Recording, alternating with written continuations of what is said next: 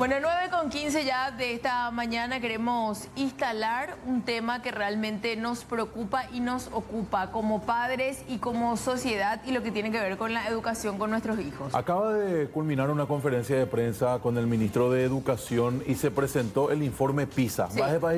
un informe a nivel mundial que te muestra a vos cómo están los chicos y chicas de tu país en cuanto a comprensión lectora, en cuanto a resolución de problemas matemáticos, ciencias naturales y otros ítems de la educación. Paraguay está en rojo, está en cifras muy, pero muy lamentables comparando el total. Para tener, por ejemplo, una idea, y con Amalia le vamos a mostrar ya dentro de un rato también, Paraguay es el segundo peor país en matemáticas, se encuentra en el puesto número 79 de 80 países en total. Somos el penúltimo. Son placas que realmente duelen, Marcelo, por todo lo que también venimos viendo, que se invierte en educación. Y yo, por ejemplo, formo parte de lo que era la educación antigua, creo que vos también. Sí, también. Y conozco un catedrático que siempre dice la deforma, no es la reforma. ¿Por qué? Porque a lo largo de este tiempo se ha comprobado en varias situaciones que los chicos no aprenden como antes y que hay realmente un déficit muy, pero muy importante en la educación, que eso se arrastra hasta el nivel universitario. Y me consta con los chicos que están en la universidad estudiando periodismo, lo hablo con conocimiento de causa, que muchas veces agarran un texto, lo leen y no entienden lo que están leyendo. Y eso es algo que se arrastra desde la escuela, desde la primaria. Conste que estamos hablando de Asunción, de Central, del área más urbana de todo el país. Ni se imaginan ustedes lo terrible de la situación, pasando, como siempre decimos, calle última. En el interior del país es mucho más grave esta situación. Por eso con Amalia, con producción, queremos instalar hoy una consulta para vos, papá, mamá, encargado que estás del otro lado. ¿Qué materia te preocupa más en cuanto a la formación de tu hijo? ¿Cómo lo ves en matemática, en comunicación, como le llaman hoy, en castellano? ¿Cómo lo ves también en ciencias o en otras materias también que tenemos en la malla curricular actual? Reitero, estas cifras son demasiado graves y según el ministro hay un programa que se llama ñeer y que a lo largo y ancho de lo que esperan de su gestión va a ayudar para que Paraguay pueda salir adelante. ¿Resultará o no? Habría que ver, porque acá tenemos que hablar de un todo. Eso podemos congelar, por favor, querido Marcos. Dale pausita, por favor, vamos a volver a esa placa, a la que tenía cifras, números, a la anterior, a la que decía Paraguay es... Vamos a buscarle de vuelta ahí, porque hay cifras en matemáticas, en lectoescritura y en ciencias. Estos números, Amalia. A ver, el segundo peor país en matemáticas se encuentra en el puesto 79 de 80 países. O sea que Sí. estamos ahí nomás de ser el último. Somos... El más peor, como dirían muchos. Ahí está. ¿Verdad? Sí. En lectoescritura, que sería lectura comprensiva Sí. y posteriormente todo lo que tiene que ver ya con la gramática, se encuentra en el puesto 67 de 80 países. Estamos ahí nomás también, ¿verdad? Pero ese número no nos falta Sí, para llegar yo al... quiero apuntar ahí a algo también. Con el tema de la tecnología, es como que de tanto que queremos apurarnos en escribir todas esas abreviaturas, también nos complican un poco a la hora de enseñarle de nuevo a nuestros hijos Totalmente, Amalia. ciertos conceptos, ¿verdad? Sí. Bueno, y en cuanto a las ciencias, se encuentra en el puesto 74 de los 80 países que participaron. No, son números realmente alarmantes y reitero, en el interior es mucho peor. Y quiero tomar lo que decís vos, la tecnología. En nuestra época era ir a la biblioteca haciendo silencio, a buscar información, Sí. a empaparse de lo que marcaban los libros en cada una de sus hojas. Hoy vos tenés todo al alcance de la tecla de tu celular, pero ni así probablemente no hay el interés correspondiente para poder superarse. Es lo que más me preocupa. Es realmente preocupante, Marce, porque como te decía, llegan al nivel universitario sin poder administrar algunas cosas que deberían ser como muy básicas. Ahora lo que yo me pregunto es muchas veces, ¿cómo llegaron a la universidad? Claro, totalmente de acuerdo. En definitiva, ciertos filtros de la primaria y de la secundaria tampoco funcionaron. O sea, No. yo no digo aplácenla a todos, pero sí hay que ver dónde está el problema de cada chico, porque cada alumno es un mundo aparte también. Totalmente de acuerdo. Y vos sabés que ahí hay un drama Y hoy en día lo que se maneja a nivel docente es que prácticamente la orden del ministerio es que ya a los chicos no se los aplace por la frustración que eso representa. Pero ¿qué es más frustrante? ¿Golpearse la cabeza siendo chico o llegar a adulto creyendo que vos sabés las cosas y tenés un mazazo final que a vos te puede privar fácilmente de un trabajo, de mantener dignamente a tu familia? Es decir, es como un árbol que vos vas podando, vas formándole, evidentemente, y llega a ser frondoso y llega a ser fuerte y resistente. Pero acá estamos creando una sociedad bastante frágil que va a fracasar más temprano que tarde, Amalia. Vamos a establecer contacto ya con una docente para ver su opinión también al respecto de este informe y cómo lo vive ella. Es la docente Noelia Quintana. Noelia, profe, buenos días. Gracias por atendernos. Buenos días, Amalia, Marcelo, a toda la audiencia. Realmente son cifras preocupantes las que acabamos de escuchar. La verdad que sí. Profe, ¿por dónde pensás que pasa el problema? Si bien es un tema muy abarcativo, de manera resumida, Morbios Asaina a número de Puyapuyana.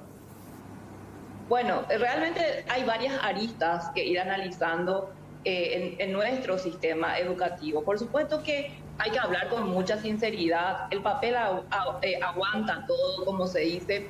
Es muy lindo mirar el macro currículum, las políticas educativas, ¿verdad?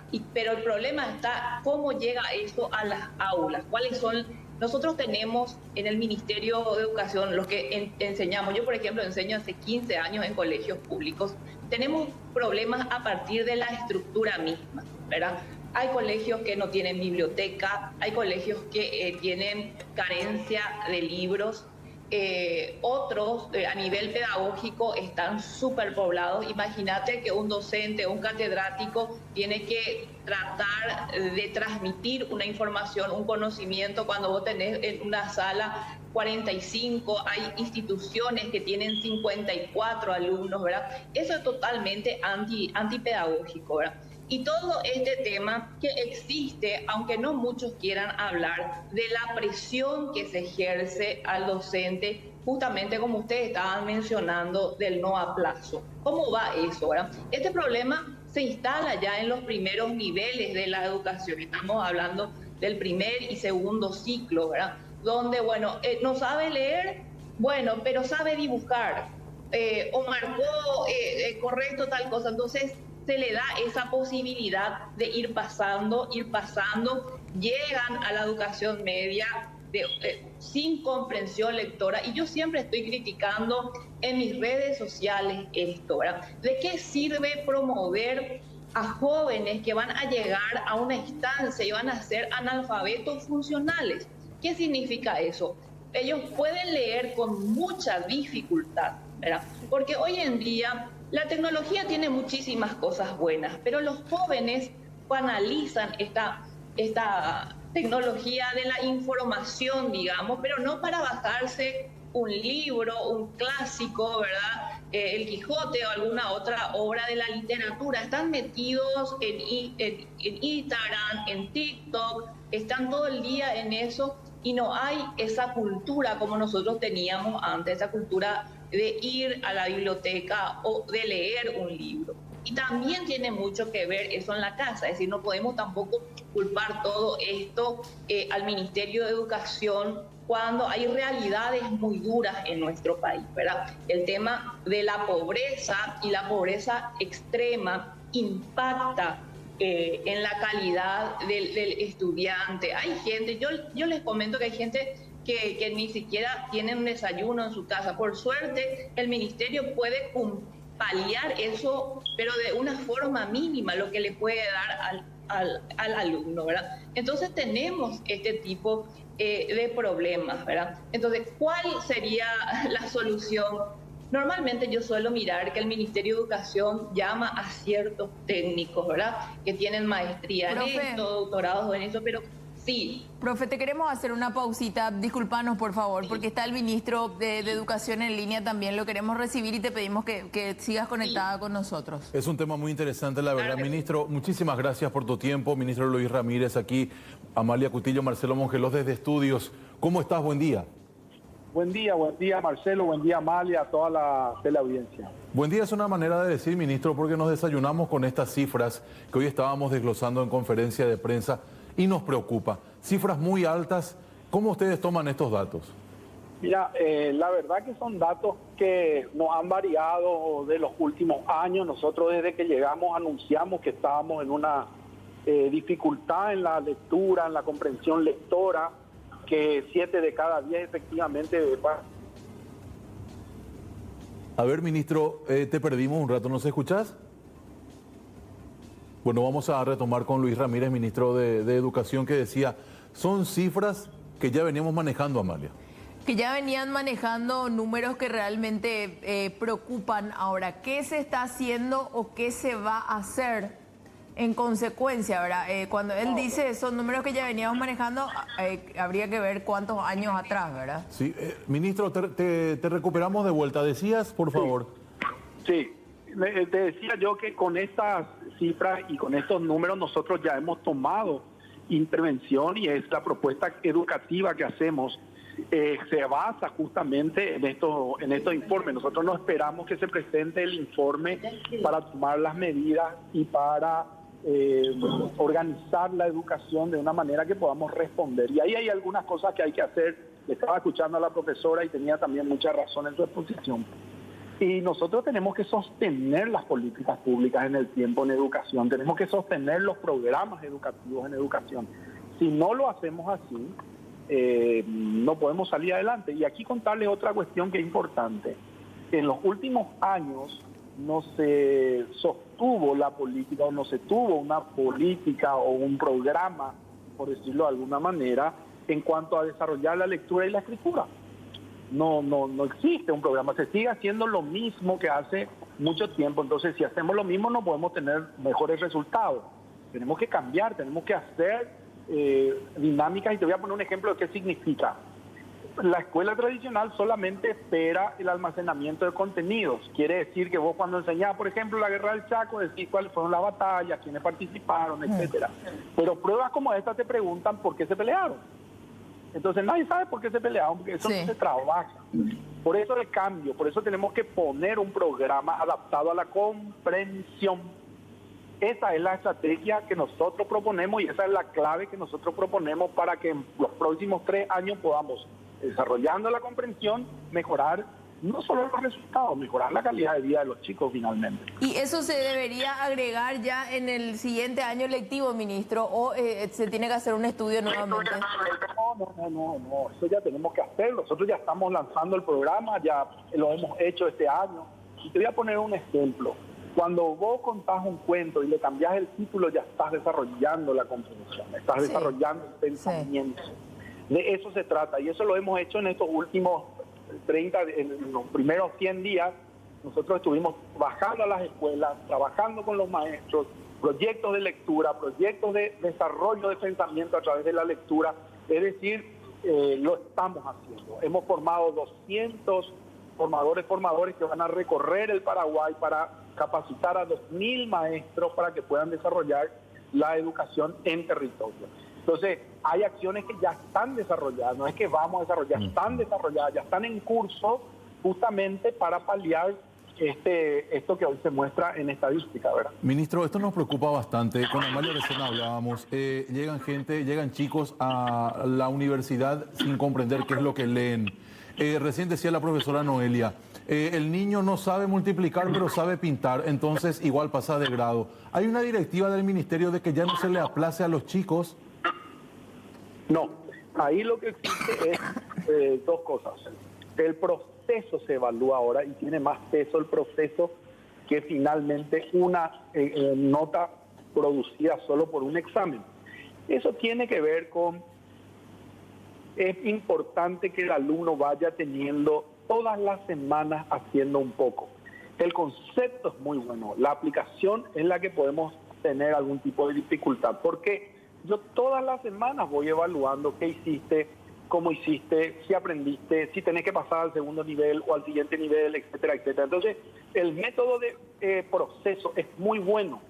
Antes veníamos del proceso de un examen único. Lo que pasa es que si el riesgo es que si el proceso no tiene calidad, vas a tener una nota por haber cumplido, ¿sí? Por haber hecho la formalidad del proceso, no por haber aprendido. Y eso es lo que nos está pasando en algunos sectores, ¿verdad? Ministro, con la carga horaria que tienen nuestros estudiantes, ¿se puede lograr ese proceso? Y hago una comparación porque sé que venís de una institución educativa de excelencia en cuanto a la carga horaria que tienen doble escolaridad los chicos. Con la carga horaria que tenemos en Paraguay, con la realidad de las infraestructuras de la mayoría de las escuelas, y perdóname el término, que están hechas pelotas, y donde muchos chicos van mal alimentados a la escuela, ¿se puede lograr? ¿Vos creés que lo vamos a poder lograr, ese proceso del cual hablas? Bueno, son 3 temas que señalaste y sí, todos muy importantes. El primero, el de la carga horaria. Yo te voy a poner el tema al revés. Más horas haciendo lo mismo no va a solucionar el problema. Ok. Entonces, la hora hay que tenerla con muy buen análisis para decir, ¿necesitamos más horas o necesitamos una manera distinta? Por ahora yo creo una manera distinta. Después que hagamos eso, ojalá más horas. Pero hoy es urgente una manera distinta. En relación a los otros puntos que señalás, son esenciales. No puede haber calidad de educación con hambre, no puede haber, no existe eso, ¿verdad? Una persona que no come no puede desarrollarse. Entonces, un factor asociado muy preponderante, de mucha fuerza, porque además retiene a los alumnos en la escuela, hace que los alumnos vuelvan, es el tema de la alimentación, ¿verdad? Entonces, es clave que la propuesta para mejorar la calidad educativa pasa por una propuesta que mejora la calidad de la alimentación de los niños. Eso es así, y vamos a tener hermosas novedades en poco tiempo en virtud de la alimentación, que es uno de los puntos más fuertes. Y finalmente la infraestructura, que la infraestructura no es solo la sala de clase, que estoy de acuerdo contigo que hay que refaccionarla y arreglarla, pero a mí me preocupa todavía mucho más la infraestructura en ausencia de campos de deporte, ausencia de agua en las escuelas, sí, ausencia de baños en las escuelas. O sea, son situaciones muy básicas y muy precarias, que son las que tenemos que priorizar, por lo menos desde mi perspectiva, para poder desarrollar después las otras actividades que queremos, ¿verdad? Porque si queremos que hagan deporte, porque eso es vital, pero no hay agua, entonces no podemos desarrollar deporte. Entonces, hay factores en la infraestructura que tienen una complejidad que también estamos abordando. Y lanzamos el programa que el año que viene va a tener vida, que es letrina cero, es decir, que las escuelas tengan agua y baño como corresponde. Ministro, entonces, todo eso está en los planes y estamos trabajando para ello. Me preocupa bastante el tema, porque decías, el chico se rige hoy más que nada por el proceso. Bien, terminamos la primaria y la secundaria con el proceso, espectacular. Nos vamos a la facultad y nuestro ingreso determina el resultado de un examen. Hay muchos chicos que se frustran, no se ve el proceso. Es decir, para conseguir un trabajo vos tenés que ser el mejor en esa prueba, no se evalúa el proceso. ¿Cómo hacemos para esos chicos que se golpean la cabeza y se pueden quedar sin acceso a un trabajo, evaluando solamente el proceso y no el resultado? Ahí hay 2 distinciones que hacer. Primero, los exámenes de ingreso muchas veces tampoco evalúan conocimiento o comprensión, sino son exámenes para memorizar.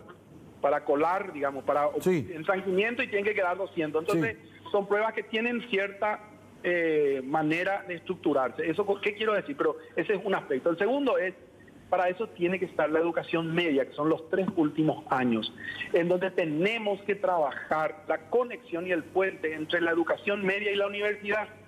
Ahí es donde nosotros tenemos que poner los énfasis. Por ejemplo, un chico que va a seguir ingeniería debería ir a la escuela técnica. Y en la escuela técnica va a tener mayor cantidad de tiempo de física, de química, de matemáticas. El que va a seguir humanista, ir a una escuela como un bachillerato humanístico, donde va a tener más tiempo en ciencias sociales, en otras áreas. Entonces, eso es lo que tenemos que hacer para poder ayudar a generar un puente robusto entre la educación secundaria o la media y la universidad, que hoy no existe ese puente, y coincido contigo que viene el alumno en un método y se le va a evaluar en otro, ¿verdad? Por eso también hay mucha crisis. Y lo último, y le agrego esto a tu razonamiento, con lo cual estamos ocupados en también revisar la evaluación, es que ¿qué dice la nota? O sea, vos sacaste 5. ¿Y qué dice? ¿Qué sabes hacer? Yo siempre le pregunto a la mamá cuando viene y me dice, acá mi hijo sacó 5. ¿Y qué sabe hacer? Le digo. Y no me sabe responder, porque nosotros no sabemos qué significa 5, qué significa 3, qué significa 4, ¿verdad? Entonces, tenemos que entender qué significa la nota 5, porque tenemos muchos alumnos con nota 5 que no pasan los exámenes básicos de suficiencia en lengua o en matemáticas. Sí. Ministro, yo tengo un hijo que está en preescolar y justamente hoy retiramos el informe de él. Y me parece tan importante porque dice logrado y no logrado o en proceso, ¿verdad? Y todo lo que está en proceso te va marcando. Por ejemplo, que tiene que aprender a distinguir bien ya en este tiempo nuevamente derecha e izquierda, ¿verdad? Sí. Cosas básicas, ¿verdad? A eso es lo que te referís cuando decís, mi hijo tiene 5 de punta a punta, pero después vos lees un cuento al chico y el chico no te sabe decir cuál es el personaje principal, cuáles son los secundarios. Así mismo, fíjate vos para mamá, lo útil que es que te digan trabajar la lateralidad, Sí. porque vos ahora te vas a sentar y todo el día le vas a hablar derecha, izquierda, mira esto que está a la derecha, mira Sí. esto que está a la izquierda, mira ese cartel a la derecha, mira ese cartel, y en un mes tu hijo va a aprender. Así es sencillo, pero te dieron la pista. Sí. Mira si te ponían una nota, por decirte así, y te decían tu hijo sacó 3. ¿Y qué te dice 3? ¿Qué significa 3? ¿Que sabe hacer qué? ¿Que sabe hacer cómo? Esa es la cuestión también con respecto a la nota. La nota suele ser un gran engaño. Sí, suele ser un gran engaño, pero suele ser motivo también de enojo de papá y mamá, que muchas veces va tipo toro posible, dice, profesora Ambaeri, que le aplazar a ese membú, pues ahí con tal cosa. Y ahí la profe se ve acorralada. Y ahí eso justamente quería ir. Permíteme que te tutee para una charla más cómoda. Claro. Luis, venimos de generaciones bastante anteriores a esta, en donde evidentemente mamá aceptaba lo que decía la profesora, se preocupaba, pero hoy papá y mamá están fuera trabajando todo el día y le dicen a la profesora, a más de instruirle, vos le tenés que educar. ¿Qué haces con esos profesores que tienen esa sobrecarga? Vos sabés que ahí se abre todo un mundo hoy, porque el maestro ya no está solamente, se espera que el maestro enseñe las cosas básicas, también se espera que el maestro sea un guía y conductor, y lo es así en muchas ocasiones, de todo el desarrollo emocional del niño, ¿verdad? Del mundo emocional del niño. Claro. E incluso hoy se espera de la escuela que resuelva situaciones que la sociedad todavía no resolvió. Claro. O sea, le estamos dando a la escuela una presión y al maestro que no se corresponde, porque no fue entrenado, preparado, formado y capacitado para ello. Y eso genera también una crisis y una crispación. Pero en el ejemplo que decía vos, fíjate, ¿por qué le aplazaste a mi hijo? Es como si fuese que el problema es del maestro. Claro. El problema está en por qué no le enseñaste o qué le enseñaste a mí. Esa es la pregunta clave. ¿Dónde está? ¿Qué aprendió? ¿Qué sabe? ¿Qué no sabe? ¿Por qué la nota? Si miramos la nota nomás, se aplazó y bueno, yo te pongo que tu hijo no se aplazó y ya está feliz. No, puede tener 5 y no estar sabiendo nada. Claro. Y ocurre. Por Pasa. eso le pido yo, no miren la nota, miren qué sabe su hijo, qué sabe hacer, qué no sabe hacer, qué significa 5, qué significa 4, porque esa es la manera de poder salir, de poder avanzar, porque hoy, como bien explicaba, cuando vos le decís, señora, esto le falta a tu hijo, está en este proceso, vos le podés ayudar a que rápidamente avance. Lo mismo pasa en todas las áreas, ¿verdad? Depende mucho del interés también que papá y mamá pongan, porque no te lleva mucho tiempo llegar del trabajo y sentarte 5 minutos a ver cómo está el cuaderno. No te lleva mucho tiempo, y es solamente una tarea, porque además no es que vos tenés que enseñarle, ni vos ponete a enseñarle a nadie, no, vos verificá nomás para poder ir a la escuela, hablar con propiedad con la maestra y decirle, yo vi que mi hijo esto, yo vi, y que te explique. Ese es el seguimiento que se tiene que hacer. Luis, no es que ¿y vos qué tenés que hacemos? sustituirle a la maestra. Perdón la interrupción, pero ¿qué hacemos con esos padres que tampoco leen, tampoco escriben, no tienen esa formación? Ese es el problema que tenemos nosotros en muchas zonas, porque como el papá terminó el 6º grado, entonces dice hasta el 6º grado ya está bien, ¿verdad? En muchas comunidades. En otras comunidades también tenemos problemas porque la oferta todavía no llega solo hasta cierto grado y la continuidad no llega, tenemos que expandir, tenemos que ampliar la continuidad también de los grados, eso también es una realidad. Y pasa eso, que hay comunidades que no distinguen y no tienen sobre todo la posibilidad y la oferta para que sus hijos sigan estudiando, ¿verdad? Es muy amplio el tema, ¿verdad, Amalia? Está pensando. Es muy amplio y sabes complejo. que yo pienso nomás en el tiempo en el que vas a estar en el cargo y que espero que te dejen terminar, ¿verdad? También, ¿verdad? Sí, Porque ahí, tenemos mucha ahí es fe. otro tema también, Vos ¿verdad? sabés que- Porque hay vos una sabés que- expectativa demasiado grande, ministro, contigo. Yo personalmente tengo las mejores referencias por de dónde venís también, ¿verdad? Ya te escuché en varias entrevistas y te siento como muy comprometido. Ahora, vos sabés cómo son los cargos políticos, que te lo dejen hacer ya de otro pitopú, como se dice, ¿verdad? Así mismo es, Amalia, así mismo es. Pero en el mundo pasa eso. Vos sabés que Sí. el ministro de Educación es el cargo que tiene en el mundo un promedio de 1 año y medio, 1 año, 6 meses de duración, ¿verdad? O sea que Paraguay Sí. está en el ranking. Por eso mismo también nosotros estamos hoy desarrollando un modelo en donde dejemos la política y digamos por qué hay que continuar un programa como Ñel. De manera que si viene otro ministro, no empiece a inventar la rueda, como me incluyo, todos venimos y queremos inventar la rueda. Bueno, dejemos una rueda funcionar 3 años para poder evaluar, medir y avanzar, porque si no lo hacemos así ya sabemos los resultados. Sí. Claro, ministro, lo último al menos de mi parte, no vas a poder solucionar todo, tu la problema, pero ¿cuál es tu objetivo principal? Vos decís, yo no quiero salir de mi cargo sin antes hacer esto. Comprensión lectora y mejorar la calidad de los factores asociados, infra y alimentación. Alimentación, techo y que entiendan qué leen. Así mismo es. Me puedo ir muy contento si eso hacemos.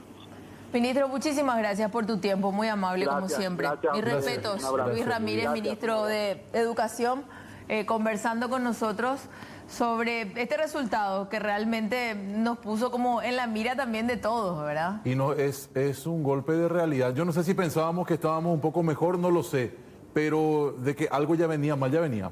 Claro que sí, claro que sí. Agradecemos también a la profesora Noelia Quintana, que estuvo del otro lado aguardando y escuchándolo al ministro. ¿Qué sensación te deja, profe? Bueno, yo creo que el ministro, como ustedes abarcaron ya los puntos esenciales, tiene el ánimo y que está enterado de un aspecto de la evaluación de la realidad docente, pero está también el otro aspecto, que el docente, que es un eje importante en la clase, está muy abandonado por las autoridades. ¿Qué significa eso? Ustedes estaban hablando que los padres vienen solamente a fin de año, no participan, y eso en la mayoría de los colegios y la mayoría de mis colegas docentes siempre analizamos eso en reuniones pedagógicas, que vos les convocás a los padres a reuniones y no vienen. Entonces ese proceso del que estaban hablando se trunca, se queda cortado, no es algo integral que debería de ser, ¿verdad? Porque el padre también necesita saber dónde ayudar, porque los docentes estamos limitados. Hasta cierto punto podemos direccionar al estudiante, pues ya es competencia del padre. ¿Qué haces con esos padres que en mayoría no aparecen por el colegio, vienen a fin de año y ahí empiezan las presiones y las denuncias hacia los docentes? Es decir, el sistema actual, y espero que el señor ministro cambie eso, no hay un lugar donde el docente pueda ir a mostrar, mira, acá tenemos nuestras capacidades, esto hicimos, las documentaciones que puedan tener, porque hasta denuncias anónimas contra el docente se permite. Entonces, ¿qué es lo que generamos? Generamos un docente que tiene miedo a presentar una evaluación correcta porque no está amparado por el mismo lugar de trabajo, es decir, por la misma institución, ¿verdad? Donde reciben presiones de los padres, reciben presiones de los administrativos, reciben presiones por todos lados y están muy abandonados, ¿verdad? Entonces, ¿dónde podemos parar? Tenemos que realmente planificar y hacer una organización completa y también no dejarle tanto de lado a ese factor tan importante en el aula que es el docente, porque se le dio demasiada importancia a los padres, tanto así que los padres llegan a ocasiones que son violentos, ¿verdad? Que vienen a gritar, que vienen a imponer, a exigir, como ustedes bien el ministro lo hablaba, de lo que es la nota, ¿verdad? Sin entender la calidad de todo el proceso desarrollado en las etapas correspondientes, ¿verdad? Bueno, realmente es un tema que hay que analizarlo mucho y también sería conveniente, ¿verdad?, que este gobierno en sus políticas educativas hable más con los docentes que están en aula, no tanto el aspecto técnico que también es importante para la estructura, sino también la experiencia del día a día de lo que se vive. Sí, sentir de cerca cómo está ese profesor, esa profesora. Y este tiempo de por ahí de vacaciones puede ser aprovechado por alguna que otra charla, ese acercamiento que siempre es necesario, porque después ya en aula se cortan los tiempos. Profe, muchísimas gracias por tu tiempo. Muchísimas gracias a ustedes y esperemos que se den este tipo de diálogos. Es así. Hasta la próxima. La magíster Noelia Quintana hablando de este tema que nos preocupa y ocupa, el bajo nivel de rendimiento de niños en la educación paraguaya.